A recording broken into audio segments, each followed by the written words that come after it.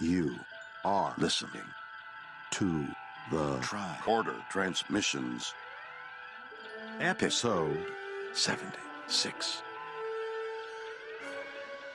And now, here are Craig and Jeff.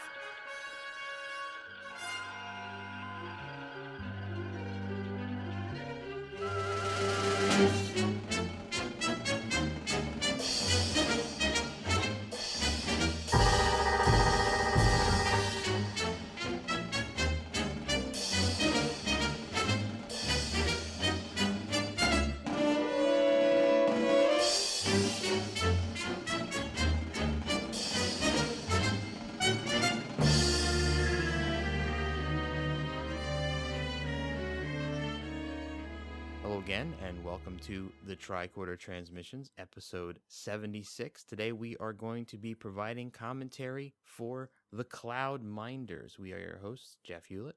And Craig Cohen. And Jeff, I see the finish line approaching. Oh, rapidly approaching. I think May 2015 will be the last month of original series commentary tracks for us.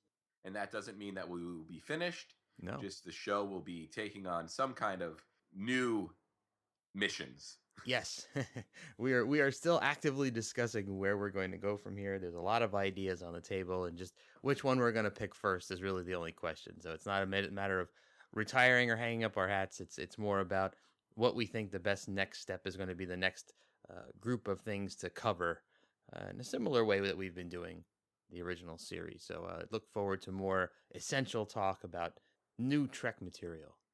Yes, indeed. So, news items this week. One exciting thing that I saw popped up a couple of days ago is that David Ross, who is known as Lieutenant Galloway on the original series, is going to be in Las Vegas at the TrekCon this August. Cool. Yeah, apparently he doesn't really appear very often, but he's going to be there to honor Leonard Nimoy. So pretty cool. Another red shirt will be making an appearance. So another good reason to hit that floor and check out the vendor room. I'm sure he'll be hanging around there at a table somewhere. So that'd be really cool. Yeah. Yeah. So very, very cool. Very fun. I wonder who else is going to show up this year. So I'm looking for Sherry Jackson's on the roster again. So I know. Could be a few good gets on the floor. Yeah. So very cool and very happy and also sad because William Shatner's Chaos on the Bridge that we've been talking about a lot, which is the Next Generation documentary that he's put together, is finally getting its U.S. appearance.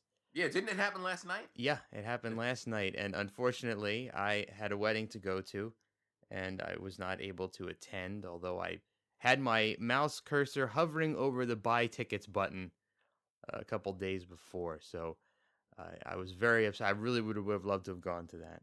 Well, it is cool at least that it had a U.S. premiere, so that means that our chances of seeing it have increased significantly. Exactly. I know we've been looking forward to that, and we've talked to some of our prior guests on other episodes about that. So hopefully that means it will be hitting potentially some streaming services and the Blu-ray DVD market in the U.S. in the near future. That about wraps up the news. That was a short bit. Yeah, actually, I want to take a moment to give a shout out to Mike over at Hailing Frequencies Open, who did an updated list of his best Star Trek podcast in 2015. Mm-hmm. And he included us on the list. And very, very cool to see that come through on my personal Twitter feed and on our shared Tricorder Transmissions Twitter feed. So very cool that we're considered one of the best Star Trek podcasts that Mike listens to. And there are a lot of Star Trek podcasts. So thanks again, Mike. Yeah, thanks, Mike. I remember seeing that come through on Twitter. I had a big smile on my face when I saw that. It's always nice to hear positive feedback about our show. So, and that brings us to the Cloud Minders. Yes. You ready to fire this one up? Oh, yeah. All right. So, the first air date for this episode was February 28th of 1969. Remastered July 12th, 2008. All right, and we have the NBC press release from February 4th, 1969. Captain Kirk and Mr. Spock on an emergency mission to stop a plague become involved in a rebellion of slaves against their masters in The Cloudminders on NBC Television Network's Star Trek, Friday, February 28th. Awesome. So we will get started with our scene-specific commentary in 3, 2, 1. Very exciting opening shot here. Yeah, I like that. With very exciting recycled music. A lot of that in the third season. So yeah, I really like the fact that we have another plague, but in this instance, the plague is affecting plant life. So it's not affecting people directly. Yeah. It's going to wipe out the plant life on a planet, which will then cause everybody else to somehow die immediately. Yeah. And the funny thing about this is they're not really exploring strange new worlds anymore. They're just really acting as an intergalactic or galactic courier service. Yeah, absolutely. It's like UPS. A really expensive UPS, though. Well, yeah. Well, there's no money in the future, right? So they're just doing it out of the kindness of their hearts. But, I thought this was interesting. It's another mind cure. So, we saw in Requiem for Methuselah only a couple of episodes ago that the little robot guy flew out and mined up some cure. And in this one, it's the same type of a thing. So there's a lot of ore or rocks or minerals that are mined out of the ground that are used to cure things in the future. Right. Interesting. And that's not really the case today. Maybe we're looking in the wrong place. Yeah. Maybe we're doing all this research to create drugs when we could be digging up rocks. Yeah. Although I am aware of a handful of drugs that are their core elements are made up of plants. Sure. Yeah, plants make sense. Yeah. Plants make sense. This is not not rocks, but I love how they beamed onto some sort of a pad. Yeah. That was on the ground here, and you're looking up at the floating city, which in the remaster looks pretty cool. It does, and you have to wonder if there was a teenaged or a late teen George Lucas watching this. Yeah, exactly. Where's Lando when you need him? He's got to be up there somewhere. And that famous Lando line would go really well in this episode. The deal's getting worse all the time. It'd be perfect in this episode because the deal does get worse all the time. Yeah. Very cinematic shot there. Oh, that's great. Crane shot there. Mm-hmm. Really well done. Yeah, and we might as well mention real quick that this is director Judd Taylor's last Star Trek. He directed 5 total. We last saw him on the Mark of Gideon. Cool. And we've got one of our favorite writers back on this episode. Yes. A story credit to David Gerald, who we all know and love from The Trouble with Tribbles. And he co-wrote the story with Oliver Crawford, who we talked about, who also wrote the Galileo 7 and Let That Be Your Last Battlefield. And the teleplay is credited to Margaret Arman, who we talked about on The Paradise Syndrome and The Gamesters of Triskelion. That's some pretty heavy hitters. Yeah. And hey, I thought this was cool, Jeff. The night this aired, February 28th, 1969, earlier in that day, network TV aired coverage of the launching of Apollo 9. Oh, wow. Yeah. Wow, that's really cool. Yeah, so it was probably a very exciting day for science fiction fans where they got to watch some science fact, if you will, of an Apollo launching. And then that night they got to watch some science fiction. Some brand new Trek. Yeah. That night. I always love when little historical things, line up with these Trek episodes that we do. Yeah, I was really surprised or pleasantly surprised to see that we had a nice fact to go along with that, as opposed to some of the baseball themed ones I've found in the past. Yeah, I remember when we were doing those. So, one thing that I wanted to mention that I thought was a pretty cool little tie-in, or maybe not intentional, but did you notice that the masks, or the face masks that the troglodytes are wearing here, are slightly reminiscent of the desert costumes that Khan and his people were wearing? Oh, totally. Nice. Alpha 5. Yeah, nice catch. Yeah, I thought that was really cool. I mean, the outfits themselves are different, but those visors, the metal visors, look very, very similar. So I wonder if that was intentional throwback or not, but It probably could have not. been But intentional or unintentional. I'm sure some yeah. of the design folks that worked on those movies, are of an age where they were watching Star Trek either as they grew up or in syndication. Mm-hmm. So yeah. Yeah, maybe. And this is the first time we're getting a really good extended fight scene in a long time. Oh This yeah. is great. We don't get a lot of fisticuffs in the third season, but actually have Kirk fighting a woman here at the Yeah. end. Notice he doesn't actually punch her in the face or anything. No. Ah, here we go. This shot is something that I wanted to discuss right off the bat. Did you this to me is in the universe expanding technological aspect of Star Trek. Did you notice that when the Ardanian people beamed down, it was kind of a red light that sort of surrounded them. So different than what it looks like when Starfleet people beam around. They have that yellow fuzzy appearance, right? So Right. it's the same technology or similar technology, but looks different. Hmm. So you wonder why. I mean, is it a different brand of transporter? Is it the Apple transporter versus the Google transporter? I mean, who uses what? Who's got a contract with who? Yeah. But and it's not the first time we've seen other races and alien races beaming places, and it looks different. But I like that touch. Yeah. It's a neat touch that they would think to say, well, we need a different visual effect. Let's not use the standard one that our heroes use. Let's come up with a different look for it. So pretty neat. Yeah. Yeah. And you mentioned the whole plague storyline, and here's another storyline we've seen over the course of Star Trek, where we have two factions of the same race, um, uh, you know, uh, battling on a planet. Yep, yep. We've seen it. We've seen it before, and it's this. I like the way they do it in this one though. This episode has a uh, much more important and impactful theme behind it Right. than just warring factions. Another great remastered shot there, by the way, of Yeah. the outside of the floating city of Stratos. But I've got a take the fun out of it moment for you. Oh, great. I was wondering to myself why they couldn't just beam the Zenite up to the ship. Why did they have to go down to get it? Yeah. I mean, couldn't they just say, "Oh, here's the coordinates of the Zenite, beam it up"? Hmm. Is that tongue looking thing? Is that one of those things that we saw in the apple? The serpent tongue things that were sticking out of the ground Ooh, on the planet in the apple where Vol was? interesting catch. Looks very, very similar. Yeah. Yeah, It's I know. possibly repurposed.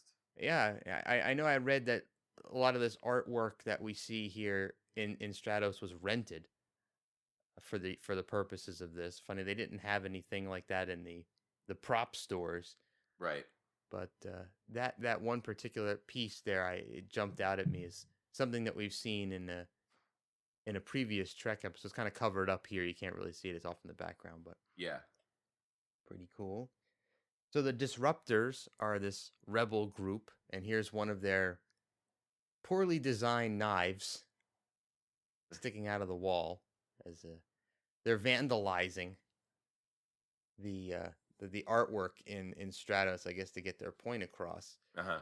But so did you pick up on the super smooth Spock line when they first meet Droxine, who entered a minute ago, where she remarked that she had never seen a Vulcan before, and he said, "Nor I, a work of art." Ah. So I was thinking to myself, I originally thought that was a a smooth kind of a hit on you sort of line, but then I started to wonder if that was sarcastic. Right. I don't really know. I always assumed that it was a genuine interest or an attraction, but Hmm. I was wondering if maybe because they kind of refer to her as this art form, that maybe Spock was sort of giving it the nudge nudge. Yeah. You so here's another question for you, and this is a kind of a head scratcher for me here, and this is something that we haven't heard a lot about in Trek. We've heard about the Federation before, but this episode talks about the Federation quite a bit, and in this episode, we find out that if you're a member of the Federation, you have an obligation to aid other members of the Federation. Yeah. So the Xenite shipment is missing, and it is their obligation to locate that shipment and deliver it to help another Federation planet. Yes. So I didn't realize it never felt like that was something that we had heard before. Mm-hmm. And I guess it gives you a little more insight into the workings of the Federation, and it's not just a matter of, hey, let's join the Federation. It actually comes with some responsibilities. Yes. Yeah. However unpleasant they might be.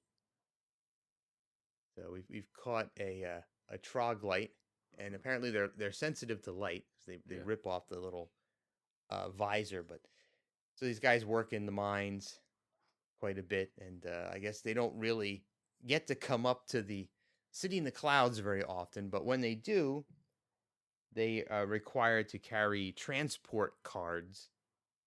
And this guy also should have had a repair permit. So he kind of looks a little like Will Ferrell, doesn't he? Yes. Will Ferrell with a wig. But I thought it was neat that they actually went so far as to point out that they would need things like transport cards and repair permits. Mm-hmm. So we see their access to the city is extremely regulated. Yeah. So we're getting this whole master-slave setup quite a bit. Some good performances here too, by the way. Mm-hmm. I thought Droxine's performance was pretty good in these initial scenes. Yeah, I think there are some weak performances here too. Oh, of course. I think Plaza's Jeff Corey is a little weird. Yeah, he's a little over the top at times. That suicide, by the way, that was pretty dark for a Trek episode. Oh yeah, God, can you imagine? And I think I'm pretty sure that the body falling was put in the remaster. I'd imagine so, yeah. Because I remember watching this, many times prior. So this is actually one of my favorite third season episodes, by the way. I'll tip my hand there, and I'll tell everybody how much I really like this. But I thought that was particularly dark, and I remember first time seeing the remaster, that body kind of falling was a little bit creepy. But here's another really odd thing for a Trek episode. This is this Spock monologue with this overdubbed video. It was overdubbed over a video, which is also superimposed of character faces over fight scenes and other scenes. It's really weird the way they did this. I mean, it's interesting that they have to use a Spock monologue to really catch the viewers up on exactly what's going on and what Spock's thinking about here in regards to Droxine and how she perceives the Troglites. And I thought this was really interesting that Spock is given so much screen time and so much dialogue in this episode, where they'd marginalized him pretty much most of the third season. Yeah. So this is quite a Nimoy heavy episode, which is great. I love it. I think he has some great lines and great scenes. Except for there are a couple things that I thought that the way they had written some of his dialogue seemed a little un-Spock-like. Yeah. To me, referring to Droxine as the charming daughter and having sweetness of mind, and it seemed a little odd, but I was willing to forego that. Just because it's nice to see Spock back on the screen. Yeah, yeah. And I guess they felt that Scotty had enough love interests this season, so let's transfer that over to somebody else. Oh, that's great. Droxine here is actress Diana Ewing, born in 1946, and around this time and after, people saw her in the Mod Squad, Mission Impossible, and the Rockford Files. She may have one of the most revealing female costumes in the original series. Yeah. I mean, that is practically wearing nothing up top. So, one other thing that I noticed here is they make a bit of a big deal about the Vulcan, superior hearing. Yes. It's like he's got like Superman ears. But yeah, he's talking about how he was in his little meditative state in the chair, and he heard Droxine out in the hallway and woke him up. But I guess I thought back to the Way to Eden that we did last week, and there was that one point in the hallway where they were using the sound to assault the members of the Enterprise crew, and Spock was affected by it first. Yeah. Before the rest of the crew. So I'm like, all right, well, they've referenced something that was a little bit of a clue to having some sort of superior hearing or more sensitive ears prior. But this is a funny scene too, with Kirk wrestling with Vana on the bed. Yes. It's like she just tries to kill him, and he's putting the moves on. This is classic Kirk. Yes. Classic Kirk. Ivana is played by actress Charlene Polite, who died in 1999 at the young age of 55. So very sad to see that. Shame. She was on Hawaii Five-0, The Doris Day Show, and like Droxine, Diana Ewing, she was also on the Mod Squad. Oh, cool. Excellent. So another taking the fun out of it comment. Yes. Why wouldn't Kirk and Spock go back to the ship to sleep? Why would they stay here? Yeah, I mean, if you have the option of going, quote unquote, home and sleeping in your own bed, yeah, totally. Yeah, really. I mean, it takes mere seconds to beam back up to the ship.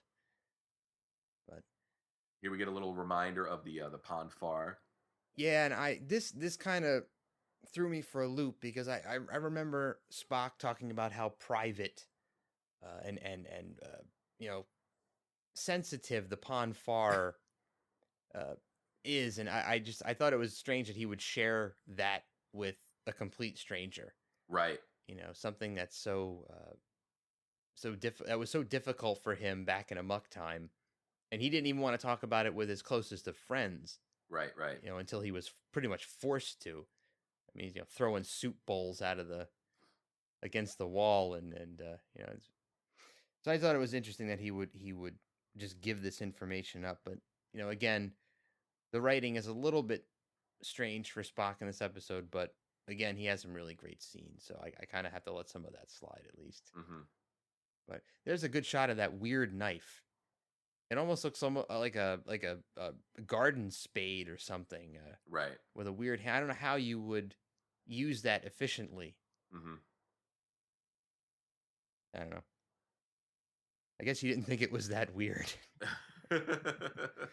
So a little bit of exposition here about Vana having worked in Droxine's household as some sort of a servant or something. So we have a little bit of a tie with the leader of the Troglodyte disruptor movement being born out of her servitude, and we'll get the little explanation as to that's how she is a bit more intelligent than the rest of the slave population.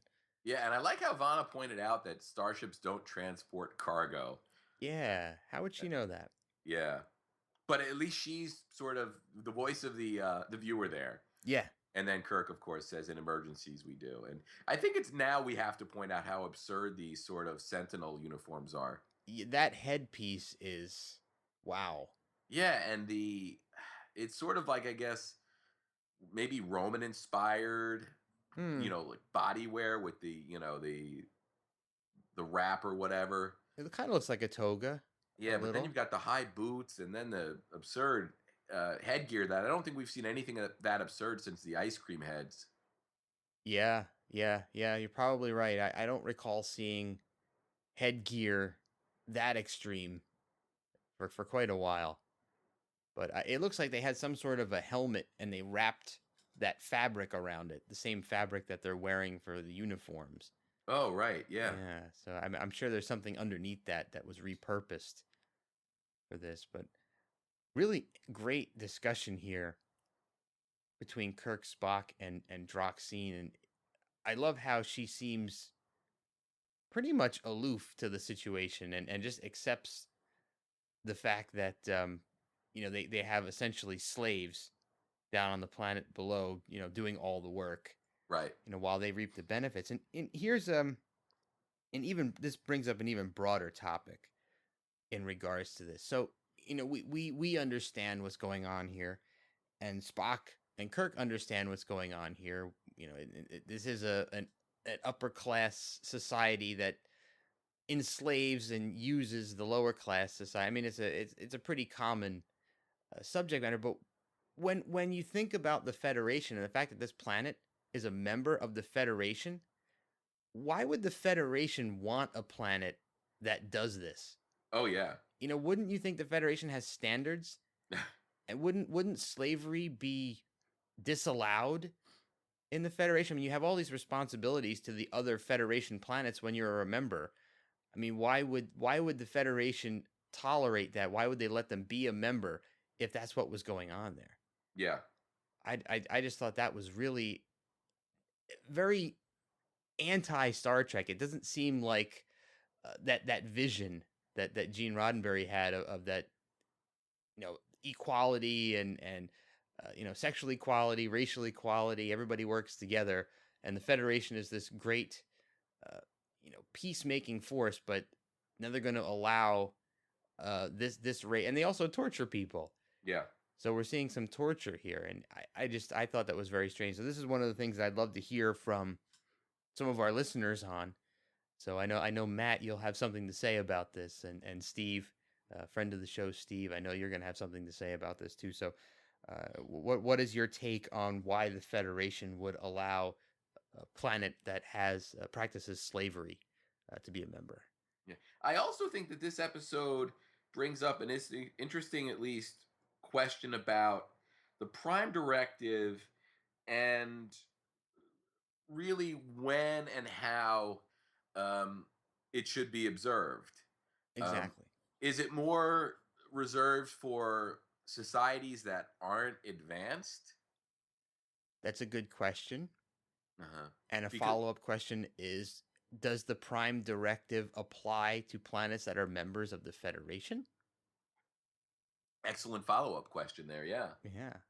I mean, I can totally understand a planet that is not a member of the Federation, that, we can't land there and enact our will and change your planet. But, by joining the Federation, have you signed on the dotted line saying, hey, listen, we're obligated to do stuff to help out other planets? So the Federation obviously has some sway Yeah. on the way planets are run and operated. So, um, yeah, I guess there's a huge conversation you could have about the Prime Directive and its use, and where it can be applied and uh, where it isn't applied.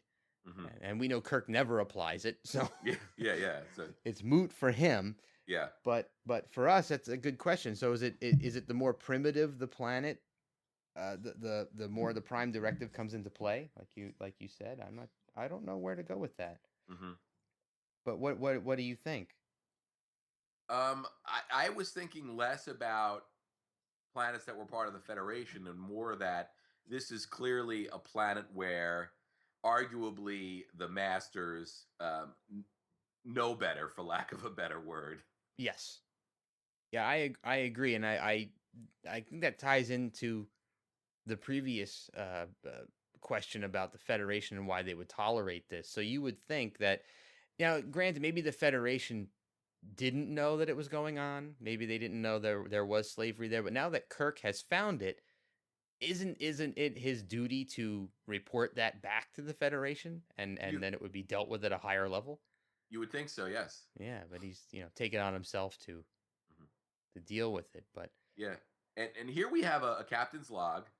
And the interesting thing here is way back at the beginning of the episode, we saw him actually dictating the log into the tricorder, which we've seen a couple of other times. Um, but the thing I find interesting is it seems arbitrary how and when the logs are recorded. that is a good point. That is And a good point. actually, I should have pointed it out way back in the beginning, but he actually turns off and hands the tricorder while he is finishing the log. Good. I didn't notice that. Yeah, so I don't know if it's got a setting on it where it records a couple of seconds after you finish. Oh, good call. Or maybe he wasn't actually recording on the tricorder. Maybe he was just looking at it for some reason or another. Maybe he was reading Reddit, checking his email on the tricorder. So McCoy is uncovering the real story here, and that is that the Zenite emits a gas that messes with your mind. Yes. So it makes the unfortunately makes the troglodytes 20% less mentally advanced or mentally capable, and it also has the side effect of making them violent. Yes, it increases their emotional output. Yes, and it will wear off if you haven't been exposed in a while, which helps to explain Vanna's elevated abilities over the rest of the troglodytes. So pretty cool that you get a little more setup as to what's going on here. And this is one of the where I kind of scratched my head and thought, wouldn't McCoy be able to come up with some sort of a shot or a hypo that would clear them up immediately? You would think so. Yeah, and it's funny. There's no effort made to do that. Mm-hmm. Usually, he runs right down and starts fiddling with, the jars of colored liquids. And instead, in this case, he's suggesting that they start wearing masks and let the effect wear off naturally. Yeah. And we don't know how long that takes. And this may be one of the most poorly designed face masks I've ever seen in my life.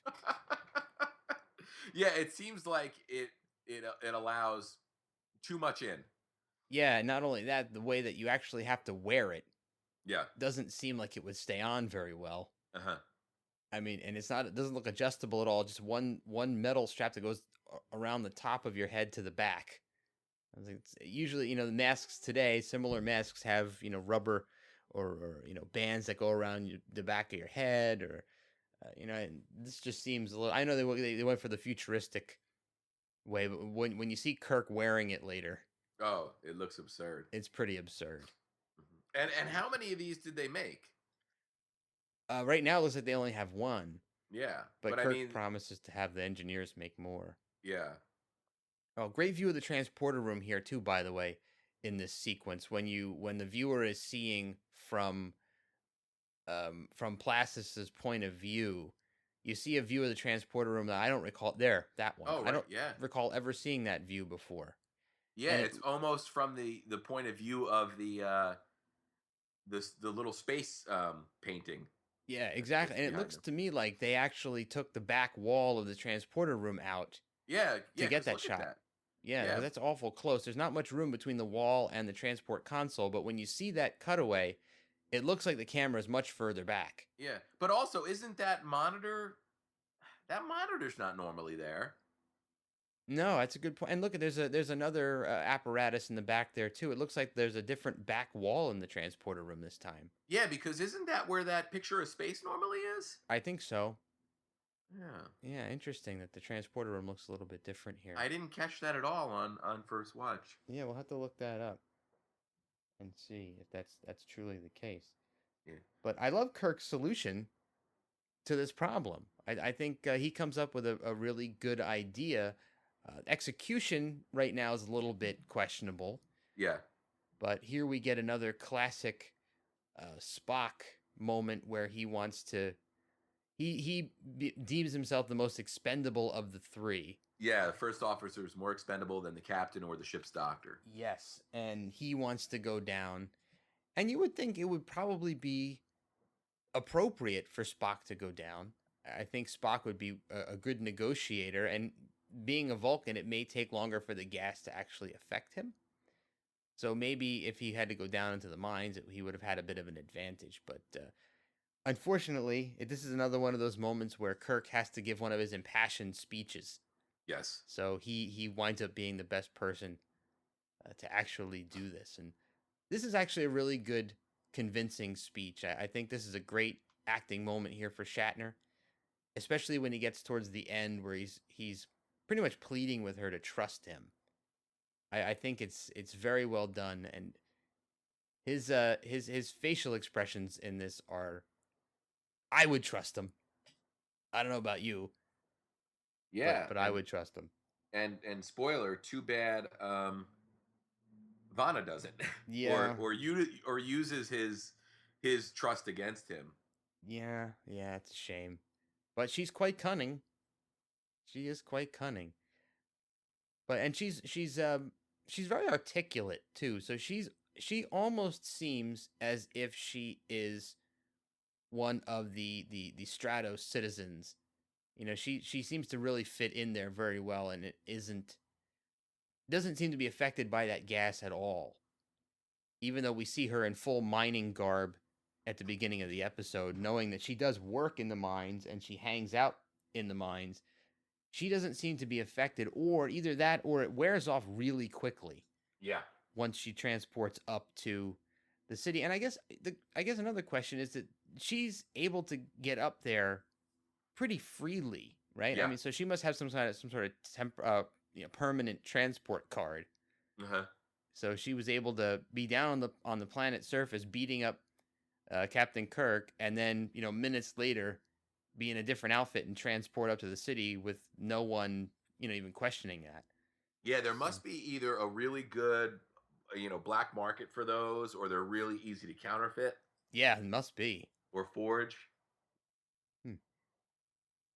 Here's another moment where you could take the fun out of this. Couldn't Kirk and Vanna just beam to the Enterprise and then back down?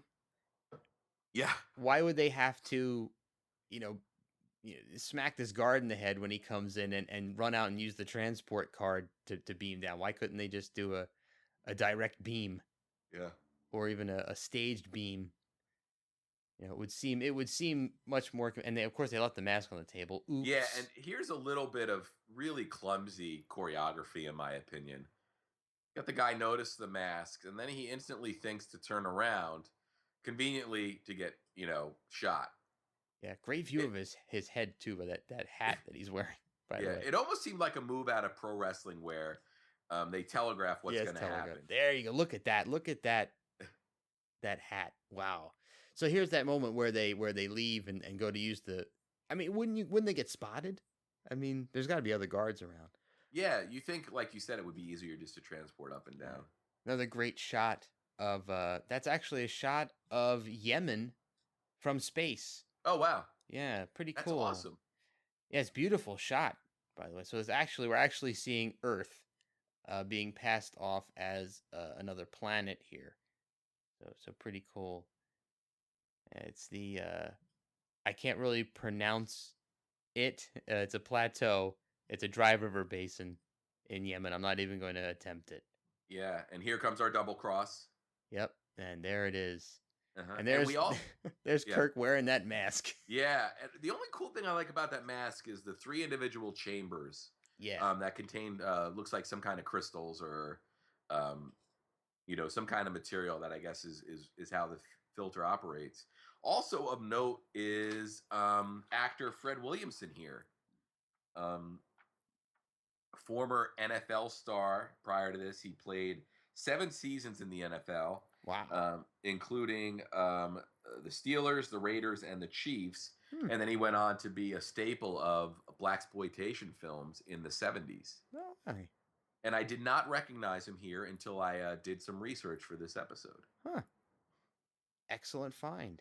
Oh, no. And here the mask is removed. Oh. And I got to say that one thing is they were really marketing the toys back then.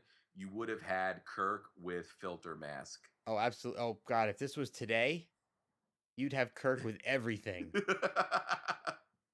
Oh, man. Yeah. One thing to point out, too, I know we had a good riff going on there, but I thought it was very interesting that Vanna knew that the ship wouldn't be able to locate Kirk without his communicator. Yeah, it sort of shows her either her observation skills or her knowledge of Starfleet, because she previously mentioned, as we discussed, that starships are not cargo ships. Yeah, so she has a lot of inside knowledge that you wouldn't think she would have. Oh, and no Chekhov, by the way. Yeah. Yeah. So there's that shot again, but nice little captain's log from Spock. Yeah, indicating that they've been given instructions not to not to interfere, and if they do, it could endanger the captain's life. Mhm. And they make a big deal about not believing in this unseen gas. But wouldn't you? I mean, they're a very advanced society. Wouldn't they know about gases? I mean, wouldn't they understand that gases do exist? You would think, especially in a mining community. Of course.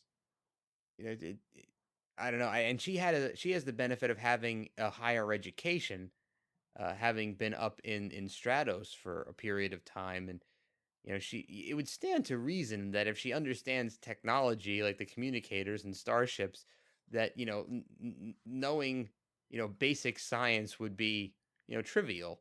Yeah. You would think that would be standard issue education. I mean, we all learned that stuff in grade school Mm-hmm. about gases and solids and liquids, and so I don't know why the unseen gas would be so difficult to believe Mm-hmm. for both the troglodytes and for the Stratos dwellers. I mean, you would think at least one side would believe it. Oh yeah. Yeah, so a little bit odd, but poor Kirk is being forced to dig, and he still maintains his sense of humor, which I Yeah. love. He's not, we've seen Kirk lose his cool in situations like this before, Yeah. but he's still kind of keeping his cool and making cracking jokes and bold play coming up here too. I love how Kirk is able to think on his feet and come up with a solution to a problem that many of us may not have arrived at the same conclusion. I mean, he doesn't shoot her; he just traps them there in the room together. Yeah. In this off the cuff play to bring Placis there and prove that the gas exists. Yeah. And then we get this sort of delayed moment, or you almost think that communication with the ship has been cut off. Yeah, they kind of trick you out a little bit there. Yeah. Or Spock trolls him a little bit. And I like that Vana is all bent out of shape because the atmosphere oxygen is gonna be drained out of the room and she's going to die. And then Kirk flips it back on her. Yeah. He's like, "How can something that you can't see kill you?" And there was your brief Spock troll moment. So I think this is really cool, and I'm really glad that they explain this without actually explaining it in this episode. But if you watch this, how this beaming works, we see that direct beaming isn't actually direct beaming. So they have to beam Placis from the city down into the mine, Right. and they're gonna have to beam them to the ship first and then down. Uh-huh. So we've seen direct beaming before, but we didn't. So when they direct beamed all those people in, uh, oh come on, a piece of the action, Yeah. all of them had to beam up to the ship first and then be beamed back down. Hey, you get to see Scotty for a second here, and I love how they have to debate immediately. The captain did say immediately. Well, didn't he say immediately? I don't Yeah, know. yeah. I had to What's come to that the mean? bridge to talk to you about it first. How immediate? How immediate was it? Uh, More great shots. That actually kind of does look a little like Cloud City from Star Wars, doesn't it? Oh yeah. Yeah. So another note about direct beaming here that I guess we have to infer from this is that if you're beaming without a communicator, they can't just pinpoint you. If you're too close to somebody else, they can't direct beam you because they'll beam both of them, or I'm not sure how that works, but Yeah, it seems really, because even later on when Kirk and Placis are fighting, they're just three people are beamed up. hmm, yeah, the wide beam, and they're still fighting mid beam. So I guess you don't know. Somehow you freeze in place, you disappear, you reappear, and you just continue on as you were. So there's no. Are we meant to believe that the delay that we see visually when they beam is not actually what happens to you when you beam? You beam pretty much instantaneously, or Oh yeah, yeah. Because wouldn't you, if you were in the middle of a fight or in the middle of a conversation and you felt yourself beam, would you reappear like mid sentence and still keep talking, or would you be like, wait a minute, I just beamed? Yeah. Yeah, It seems like you're slightly unaware of it. I guess so. I mean, unless you're expecting it, but I guess when you're beamed unannounced, maybe. The thing is, I just find it interesting that it's not instantaneous for us. We watch them beaming, and it takes a few seconds. But and we see later on that in Star Trek 2, I remember while they're beaming, they're actually having a conversation, and Yeah. you hear them talking while they're materializing and dematerializing. So there's a great shot of that hat. Yeah. Wow. And it seems like it took them a long time to realize that Vanna was missing. Yeah, I guess the regular patrol didn't go around often enough, and the guy just didn't wake up on his own. They had to go wake him up. Yeah. And Droxine seems very fascinated with Spock, for her, very short exposure time. Yeah, and this is a good chance for me to, I think, bring up the fact that this episode, especially during these last 10 or so minutes, um, um, we get what really should be um, what could be like a movie length story. Mm. Yeah, yeah. This whole final sequence in the mine Hmm. between the three of them. Yeah. Yeah, it does move pretty quickly. This is something that could have been stretched out. Yeah, it definitely feels like a story that might have been bigger than an episode. Oh, sure. Yeah, definitely. So I think haven't we seen movies that had, similar stories played out over 90 minutes Oh yeah. in a similar scenario, Uh-huh. people locked in a room or a cave together. Yeah, yeah. But I think we can see that Kirk is already being affected by the Yeah. gas here. This is almost like we're getting a flashback to the evil side of Kirk that was ripped from him in The Enemy Within, right? This is almost Enemy Within Kirk. Oh, totally. Yeah, this is evil duplicate Kirk. So I love that he's so incredulous about being forced to dig the Xenite, as a highborn person, and he knows how to do it though. Oh yeah. He knows how to do it, and he's making poor Vaughn has to dig in that dress. Poor thing. But I like that Kirk is. This is the great thing about Shatner. I mean, he's the way he's playing this scene.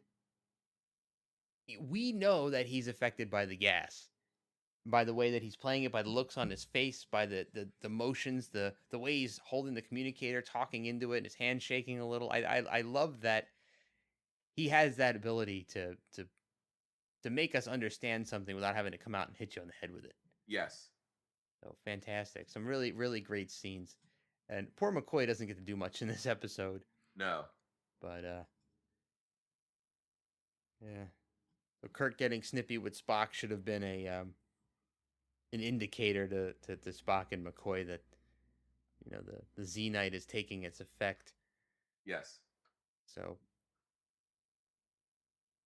And go ahead. I guess we can talk about Plastis real quick. I mentioned earlier my dissatisfaction in the performance of actor Jeff Corey here.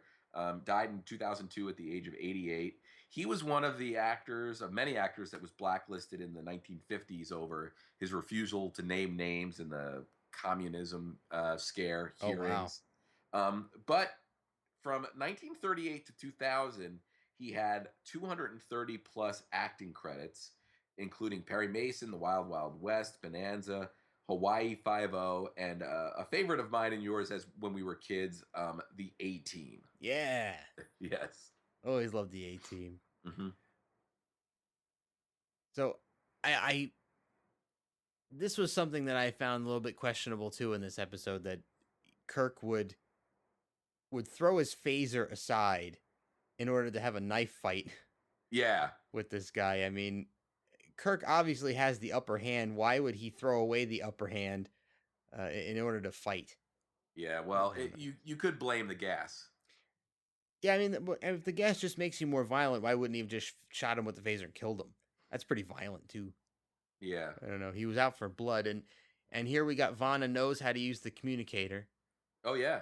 That's great.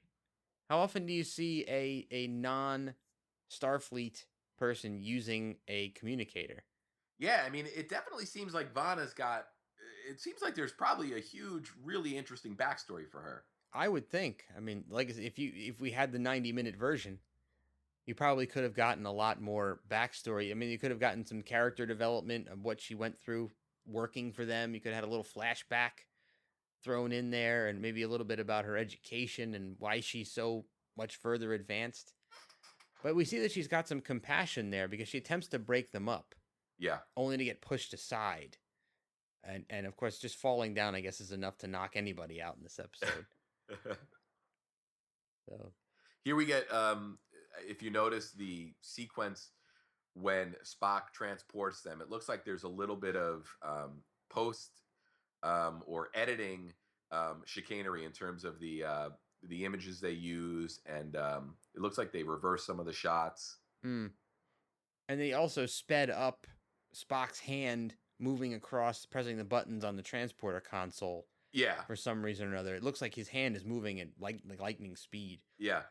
So I don't know if that was supposed to be make it look like he was, hastily pressing buttons, or they did it to just to get that little snippet in there.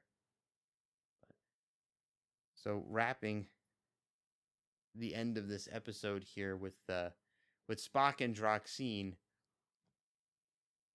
So I like the fact that Spock feels that he needs to have a kind of a farewell little sidebar discussion with her, but I like the way that they ended this by putting Vana back in the lead position. She's not in the fancy clothes anymore. She's back in the mining outfit, and she's gonna be using the gas masks, and it looks like they set in motion some events that are going to transpire that will effectively change the way the planet is, and the way the people live in the clouds, and the fate of the troglodytes, as it were. So you have a very hopeful ending, and then we get the Z Night. Yeah. So it looks like you know what that looks like, the canister of my vacuum after I vacuum the carpets here. It's all full of like cat hair. That's what it looks like. There's a big canisters of cat hair. Oh, very funny. That's great. Yeah. So I like how Vana winds up being the voice of reason. Yeah. At the end here, because there's going to be, Kirk and Plassus have some charges that can be filed and levied, and possibly some punishments dealt out.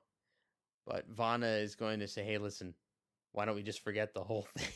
Yeah. You guys were both jerks. Let's just forget it and move on." So.